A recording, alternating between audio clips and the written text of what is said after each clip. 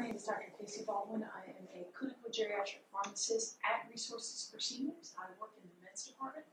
And today I'm going to talk to you about COVID-19, what it does to you, and just give you some general facts about COVID-19.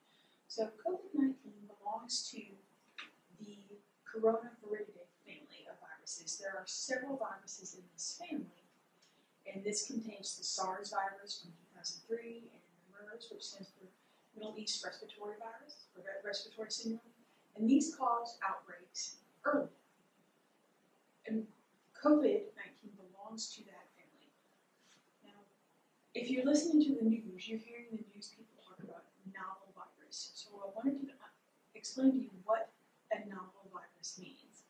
It means that this is a previously unknown in humans virus. So this particular virus has never been seen before in humans, so our immune system doesn't have a response for it. There are other human coronaviruses out there. Again, there's SARS, there's the MERS, and now SARS is important. The COVID-19's official name is SARS-CoV-2. That's the official delineation of that name. And it's because the SARS-CoV-1 virus was the coronavirus that caused the SARS outbreak in China in 2003. And I just wanted to make sure we cleared that up. Now, COVID-19 is actually a whole naming array of how we name new viruses now, novel viruses. CO in the COVID stands for coronavirus. VI stands for virus, and D is disease. Now, the 19 stands for what year it came out, so it's COVID-19.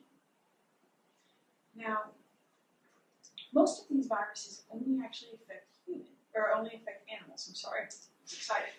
Only affect animals. There are several human coronaviruses out there, MERS and SARS being some of them.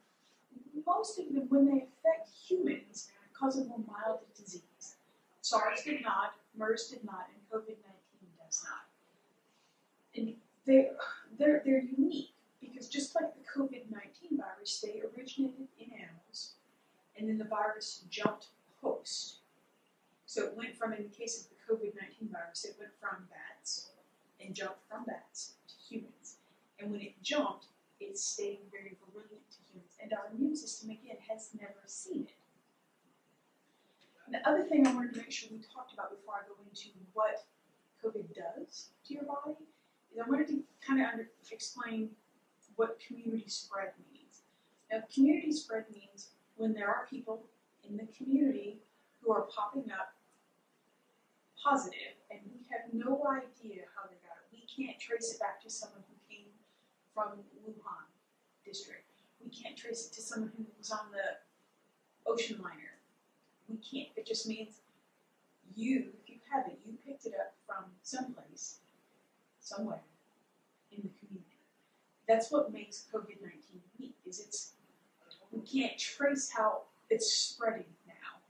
So we are assuming more and more people have gotten it via community spread. Now, I see a lot on social media that people are saying, oh, just go out in the sun, sunlight kills it, sunlight damages it. And I want to be honest with you. Typically, most coronaviruses survive for a shorter period of time in direct sunlight. However, we don't actually know what happens with this one yet. We do not know if the COVID-19 virus will indeed be killed by sunlight. We're hoping that it follows course for most of the other coronaviruses out there. So the recommendation is to still follow the CDC's recommendation for cleaning and disinfecting yourself. Now we're going to get into kind of the meat of what's going on. What does COVID-19 do to your actual body, and what are the symptoms? You've easily heard that the symptoms can go anywhere from, you start to develop symptoms from 2 to 14 days after you have been exposed. So we're basing that upon the incubation period of the MERS-CoV virus. That's the one that causes the Middle Eastern Respiratory Syndrome. sorry, I lost my train of thought. And we know that the most common symptom in people across the board is a fever. It is. However, I want to tell you that fever is exceptionally very subjective, and for a senior population or population in general, it depends upon what medications you take regularly. So if you take a pain medication for arthritis, for example, something like Tylenol or Percocet or Vicodin or ibuprofen or meloxicam, which is Mobic, or Celebrex, all of those medications work on pain, but they also work on reducing your fever. So in an older population, relying solely upon what is the fever doesn't necessarily, it's not going to correlate as well. Well, you'll still get a fever if you get this, but it might not happen as fast, it might not be as high. And it depends upon what your body's normal temperature is. And the other thing is, the older you get, 70, 80, 90 plus years old, the harder it is in a normal, healthy 85-year-old individual to get a fever. That holds true as well. So the CDC says if you see a fever of 100.4, that's problematic. But do be aware of what your normal body temperature is, and be aware of the other symptoms that seem to be associated with the SARS virus. Another one of those is just feeling very tired, very fatigued, and just weak and unwell. And what we want to know is this tiredness, is this fatigue different from normal, or is it your normal state of being, or does it feel worse? Do you just feel more blah? Another common symptom, and this symptom is common in up to 67% of cases so far, is a dry, hacking cough. Here in North Carolina, we are in allergy season, and a dry cough can also be associated with allergies, and a dry cough can be associated with some very common medications such as lisinopril, enalapril, tadalafil. All those medications with the generic names in PRIL, those medications can all be associated with a dry, hacking cough. So know what your baseline is. Know if the cough is worse than normal or not. And also, dry means no phlegm, no mucus, no coughing up. A wet cough, however, doesn't necessarily mean that you don't have COVID-19. It just means that it's a little different symptom presentation. And another one, the one that we want to make sure we talk about as well, is shortness of breath or increased breathing problems. That's what we often hear is you get fever, cough, and shortness of breath. Those are the big ones. Shortness of breath, however, in somebody with COPD, which stands for chronic obstructive pulmonary disease, or asthma, those are two conditions that only deal with the lungs. Predominantly, there's damage in your lungs. And they already have breathing problems. In asthma, you already have inflammation in your airways. So what you want to look for is, are these breathing problems worse? Do I feel like I can't catch my breath as well as I did last week? Do I feel a tightness? Do I feel like there's a problem breathing? Do I feel if I have a pulse oxygen? Some people can want to. Does it look like there's a problem exchanging when I breathe in first oxygen to breathing out carbon dioxide? That can make finding out what your problem is a little harder to discern. Other thing is, if you have problems breathing, or if you have problems catching your breath,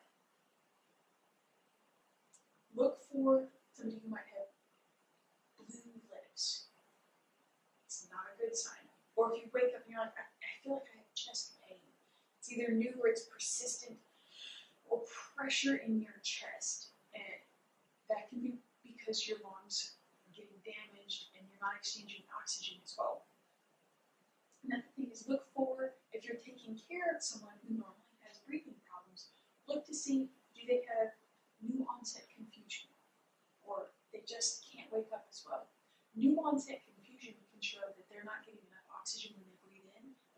get enough oxygen when we breathe in, your brain doesn't get enough oxygen.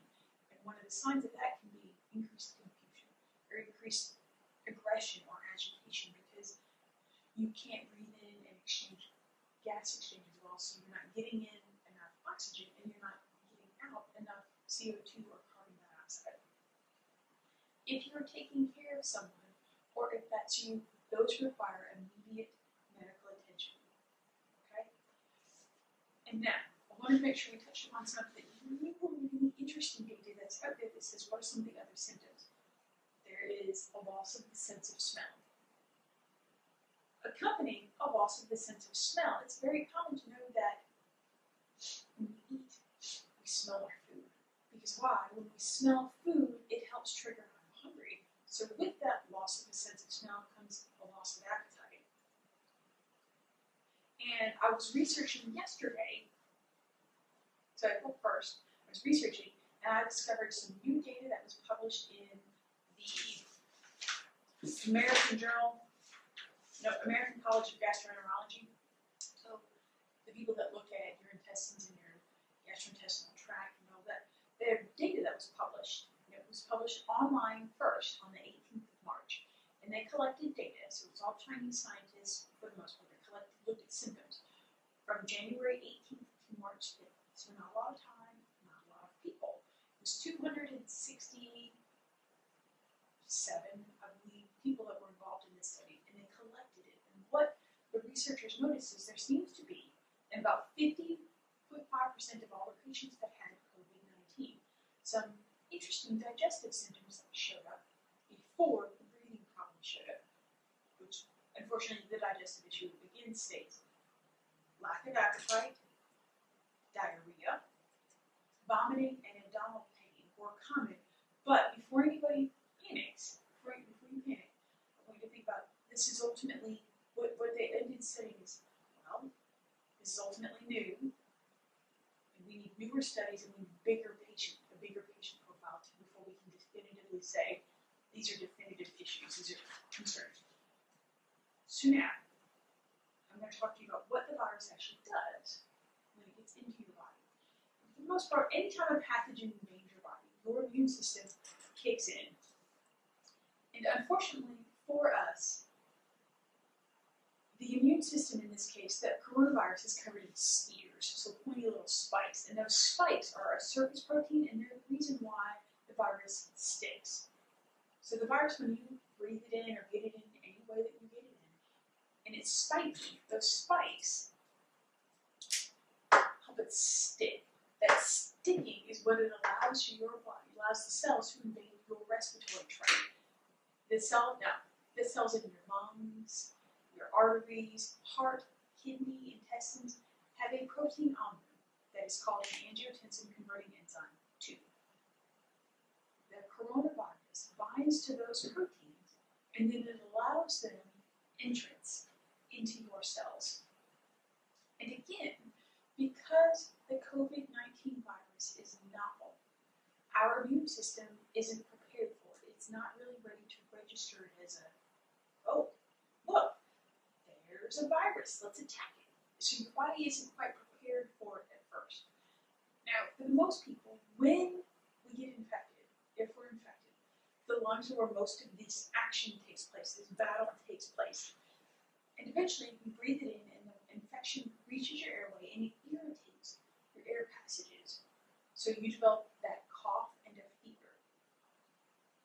And that's important. In the first 2 days following an infection, the coronavirus rapidly invades your lung cells and invades the lung cells that make mucus and surfactant and those cilia-covered cells. Those are the cells that are really important because your cells use cilia, which are little hairs, to move stuff out.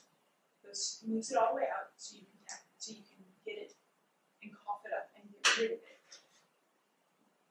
What we think is what we know based upon the other SARS virus is COVID-19 causes an issue with those cells, and it ultimately attaches to the cells that have cilia on them, so those little hair-like structures, and it kills them. When it kills those cells, your lungs can't clear gunk as well, can't clear mucus as well. So your lungs get filled with debris. When it fills with debris, this is the surface of my lung that allows air exchange. I've taken away some of that ability to have air exchange. And this is the gunk that is sitting in my lungs, caused by the COVID virus killing those silly cells. That is exceptionally important because that's what part of the issue is, because people can't exchange oxygen. They can't exchange oxygen, their body starts to have issues, and that's why they get into it. Because their body cannot exchange oxygen, because I've taken away a chunk of their oxygen ability, oxygen exchange ability. The more your immune system gets ramped up, because that's what happens at this point in time, the immune system gets ramped up, and as the virus starts to multiply, the immune system gets ramped up, you get more and more of the debris building up, because as the immune system gets activated, it calls mediators in, to pull in to help fight the virus. And unfortunately, more and more gunk gets pulled into your lungs, and if you are unlucky, it causes a severe overreaction, and it causes more and more debris to be pulled into your lungs. And if they look at an x-ray of your lungs, clear lungs, very clear lungs that look good. And somebody who has COVID-19, they see a bunch of debris. You can actually see it in your lungs. And anywhere you see this debris, you can't get good oxygen exchange. And if you don't get sufficient oxygen, that can lead to lung damage. Lung damage means you can't exchange enough oxygen, you can't get enough oxygen, and then you can have what's called respiratory death, which leads to death because your lungs can't work as well. And unfortunately, what we know so far is that even if you avoid death, because we get you help in time, permanent damage can be done to your lungs. There is evidence coming out of the patients in China that state there are people who have recovered from COVID-19 who have lesions on your lungs. So if this is a lesion, that's scarred right there on this table. Because it's scarred, it can't exchange oxygen as well.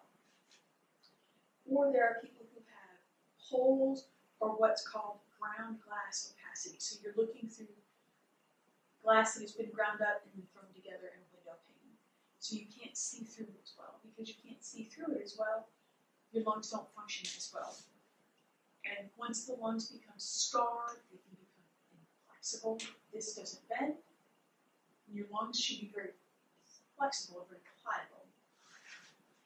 And if your lungs are scarred and they're inflexible, you can't provide enough oxygen. And so that's where the ventilator comes in. And because what we're worried about is the cascade of events that happens next. With poor oxygen exchange, the next thing we worry about is your heart and your circulatory system. Physicians are starting to find that patients that have low blood pressure, that have irregular heart rhythm, such as atrial fibrillation, also known as AFib, or if you have ischemia, that can all happen because you don't have sufficient oxygen getting to your organs. And ischemia is when your tissues don't get enough oxygen, they die. And in that severe allergic or severe immune reaction that occurs, that can happen. That's part of the issue. And you can have issues to your heart. So if you have a pre-existing heart condition, you are at a higher likelihood of developing a more severe reaction, more severe disease. If you have kidney disease, you are at risk of having higher likelihood events because your kidneys pull out waste, uphill the bathroom, and if you don't have good blood flow to them, good oxygen blood flow, your kidneys can become damaged. And your kidneys can become damaged enough that if they don't recover, it could be very bad. And we suspicion that's because of very low levels of oxygen flowing through your blood. liver damage can happen via the same way.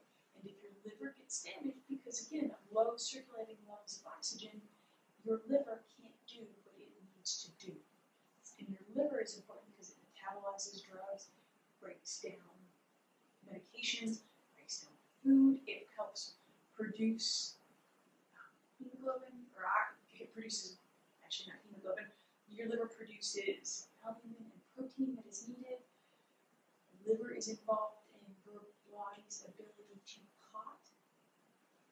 So your liver gets damaged, it starts to send things into a further cascade of events. You can also damage your brain. If you have low levels of oxygen for long enough, your brain can start to have impact of that. You can see worsening cognition, which is your ability to think. You have more issues causing dementia, more issues causing any type of, if you've had a stroke before, you can see those areas hit again. So that's the concern with, that's some of the more direct concerns with COVID-19, is what's going to happen as it hits a vulnerable population. And it is a cascade of events that we worry about, all stemming from the fact that the virus is in your lungs, replicating, and causing lots of debris buildup. Immune system debris, virus debris, pathogen, or debris that you breathe in naturally. That's the concern. And all of this data that I have, all this information I have shared with you, as I stated, I've gotten from the American College of Gastroenterology and CDC's website. So thanks for listening. If you've got any questions, please call Resources for Seniors at 919-872-7933 and let them know that you have a question for Casey, and that will get back to me. Or you can visit our website at www.resourcesforseniors.org, or you can email us at intake@rfsnc.org, and again, just reference if the question is for Casey. And as an aside, if you are concerned about medications during this time, during this pandemic, feel free. If you've got concerns, questions, it's one of the things that my department does. Again, I am a geriatric clinical pharmacist, licensed by the Board of Pharmacy for North Carolina. So if you have any questions, let us know. Again, thank you for listening.